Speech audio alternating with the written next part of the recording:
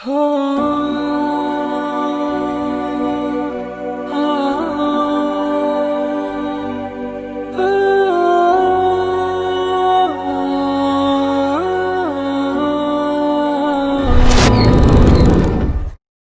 Musa alaihissalam ketika beliau melarikan diri dari Fir'aun, dari Mesir sampai ke Madyan. Walamma wara'a ma'a Madyan wajada 'alaihi ummatan minan nasi yasqun. Ketika sampai ke Madyan, Nabi Musa melihat orang-orang lagi ngasih minum ternak mereka. Wa wajada min dunihim imra'atain tazudan. Melihat orang-orang laki yang lagi ngasih minum itu, di balik mereka itu ada dua orang wanita yang dia berusaha untuk menghalau ternaknya tidak minum duluan. Qala ma khatbukuma? Nabi Musa tanya kepada dua wanita ini, ada apa kalian nih? Ini laki-laki semua. Kalian cuma berdua perempuan di sini. Ngapain di sini? Apa kata kedua wanita itu? Qalata la nasqi hatta yusdira ar-ri'a wa abuna syaikhun kabir. Kata dua wanita itu, kita ini nggak bisa ngasih minum ternak kita kecuali setelah orang-orang pada pergi semua, pengembala-pengembala pada pergi semua, baru kita bisa kasih minum. Wa abuna syaikhun kabir. Dua wanita ini memberikan alasan kepada Nabi Musa, kenapa dia keluar? Kenapa kok dia yang berangkat ngasih minum ternaknya? Maka kedua wanita ini mengatakan, bapak kita sudah tua, sudah sepuh, nggak punya anak laki, maka kita yang terpaksa melakukan pekerjaan ini. Fasaqalahuma. Akhirnya Nabi Musa ngasih minum keduanya. Ngasih minum ternaknya itu dikatakan sumurnya itu jamaah, itu ditutup pakai batu sehingga yang tersisa air-air di luar sedikit. Itu katanya sumurnya itu tutupnya diangkat ya 5-10 orang. Sama Nabi Musa diangkat sendirian jamaah. Masih ingat dengan kisah ketika di Mesir, ketika ada orang Bani Israel lagi ribut dengan orang Qibti, orang Egypt, orangnya Fir'aun. Sama Nabi Musa tuh orangnya Fir'aun cuma ditahan dadanya mati. Iya, Nabi Musa tidak hendak membunuh dia, mati. Jangan main-main Nabi Musa ini, Masya Allah. Thumma tawalla ila dhil. Kemudian Nabi Musa setelah ngasih minum itu, ya sudah, dia tidak mengharapkan pahala, ganjaran, cuma membantu tuh. Tuh kalau orang kuat kan bisa bantuin tuh wanita-wanita yang lemah. Biasanya kalau ada perempuan di jalan, motornya mogok, semua rebutan yang mau bantuin. Allahu Akbar. Hati-hati niatnya tuh, modus katanya Ustaz. Nabi Musa setelah bantuin langsung sudah ditinggal. Dia cari pohon berteduh di sana. Qala Rabbi inni lima anzalta ilayya min khairin faqir. Ya Allah, aku butuh dengan kebaikan yang kau turunkan kepadaku.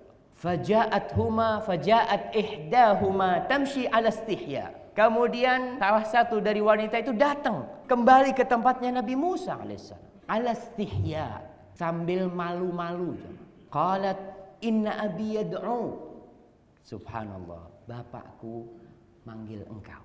Liyajziyaka ajra ma saqaita lana, untuk memberikan balasan kepadamu atas yang kau lakukan kepada kami, ngasih minum ternak kami. Falamma ja'ahu wa qassa 'alaihi al-qasas. Ketika datang menjumpai bapak dari kedua wanita ini, ceritalah Nabi Musa tentang kejadian peristiwa yang dialaminya. Qala la takhaf, najauta minal qaumidh dhalimin. Kau enggak perlu takut, kau sudah selamat dari perbuatan orang-orang zalim itu. Qalat ihdahuma ya abati istajirhu. Salah satu dari perempuan ini mengatakan kepada bapaknya, wahai bapakku, gimana kalau kau jadikan dia pegawai? Perempuan ini maunya, para mufassirin mengatakan karena malunya dia nggak kepingin ngomong wahai ayahku kawinkan aku dengan dia. Tidak, itu rasa malu perempuan zaman dulu ya mak ya, Masya Allah. Apa kata bapaknya? Sebelum bapaknya mengatakan, kata perempuan ini, kenapa dia mengusulkan kepada bapaknya agar bapaknya menjadikan Nabi Musa pegawai? Inna khaira man istajarta al-qawiyul amin. Sesungguhnya orang yang paling pantas, yang paling baik untuk dijadikan pegawai, untuk dijadikan seorang suami juga adalah seorang al-qawi al-amin.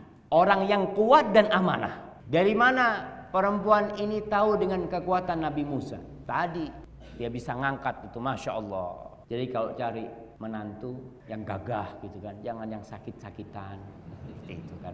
Boleh nggak apa-apa, kita milih menantu jamaah, tapi jangan lupa al-amin. Perempuan mengatakan yang kuat dan amanah. Kalau kuat nggak amanah bahaya, korupsi. Kuat nggak amanah, korupsi jadi. Amanah nggak kuat, dizolimi. Antum orang ahli amanah tapi dia lemah, dizolimi dia. oleh orang-orang lain. Tapi dia mengumpulkan dua sifat mulia, kuat dan amanah. Dari mana tahu amanahnya? Subhanallah. Para mufassirin ketika menjelaskan ini meriwayatkan dari Israiliyat bahwasanya ketika Nabi Musa itu berjalan dari tempatnya air itu menuju ke rumahnya perempuan ini, perempuannya di depan dan Nabi Musa di belakangnya. Nabi Musa melihat nggak baik yang seperti itu. Karena perempuan ini kalau di depan kita jalan di belakangnya, jamaah, subhanallah. Lelaki tergoda. Maka Nabi Musa minta kepada perempuan itu, jalan di belakangku. Kau jangan usah di depanku. Di depanku kau tinggal kasih tahu kalau belok kiri dikatakan dengan melempar batu belok kiri gitu. Dia nggak perlu ngomong. Dia karena tidak ingin berbicara dengan wanita itu kecuali ketika ada perlunya. Itu amanat yang dia lihat dari wanita itu. Apa kata bapaknya? Bapaknya pinter. Langsung faham nih kemauan putrinya ini. Bapaknya mengatakan, inni uridu an unkihaka ihdabnatayya hatain. Aku ingin menikahkan engkau dengan salah satu putriku. Padahal putrinya minta supaya dijadikan pegawai. Tapi bapaknya malah ngawinkan putrinya. Ala an ta'jurani thamaniya hijaj.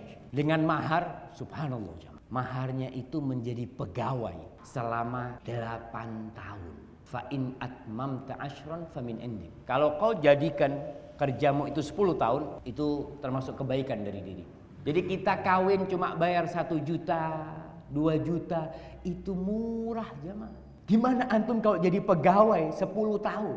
Berapa juta tuh duit yang dikumpulkan? Tapi ini Nabi Musa orang yang kuat, dia terima.